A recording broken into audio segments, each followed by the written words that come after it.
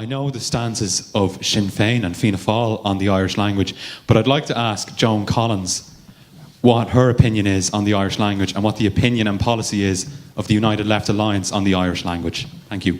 Thanks, Sean.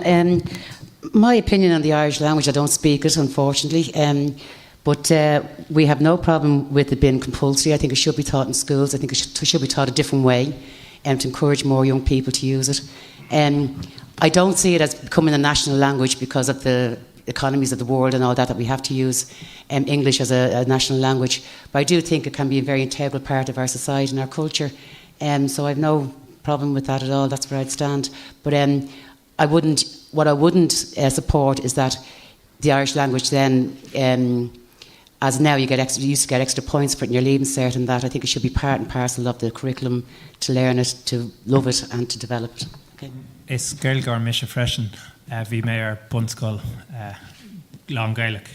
What I was going to say is that there is an idea that runs in some Gaelic schools where they have immersion for a few years in Irish, and Angus might know more about this, but that's the kind of idea. It's not green policy at the moment, but the green policy is to support the Irish language as well. Is if we don't have the Irish language, we're missing a major part of our culture, really. So in economically straitened times, I suppose we still need to remember our culture. Our culture is something that we can rebuild this country on, and that we can. It is part of our economy as well, because it's something unique that we have. It's a unique selling point, and we need unique selling points in a global market. There will be elements of the Irish language, the compulsion attached to it, that I don't agree with, and that is where in the recent past all documents emanating from various government and local authorities had to be bilingual, even though we'd be dealing with, say, a drugs task force and the quality of Irish amongst the drug abusing community would not be great. There would be terrible waste in those particular fields, and I would seek an amendment to that concept. We are happy in the Labour Party to support compulsory Irish in schools right up to the Leaving Cert. We will be opposed to it being a compulsory pass subject.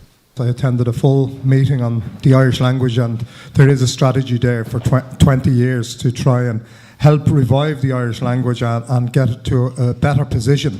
It is, as I think it was an ad in the past, people remember, it's part of what we are.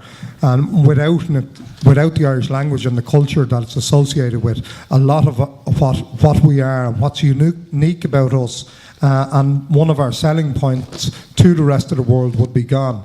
And if we don't take it seriously now, we are in danger of losing the Gaeltacht areas, but also the advent of the internet, computers and everything else has made serious inroads on the Irish language, and I think that we do need to get serious, and there is a strategy there, and I'd urge everybody to embrace that strategy. And I would contradict what Eric has said, because the documentation, if it is your national language, should be available to all of us who wish to practice and to use the Irish language. I can't fully use my first language in the Dáil, which is a living disgrace.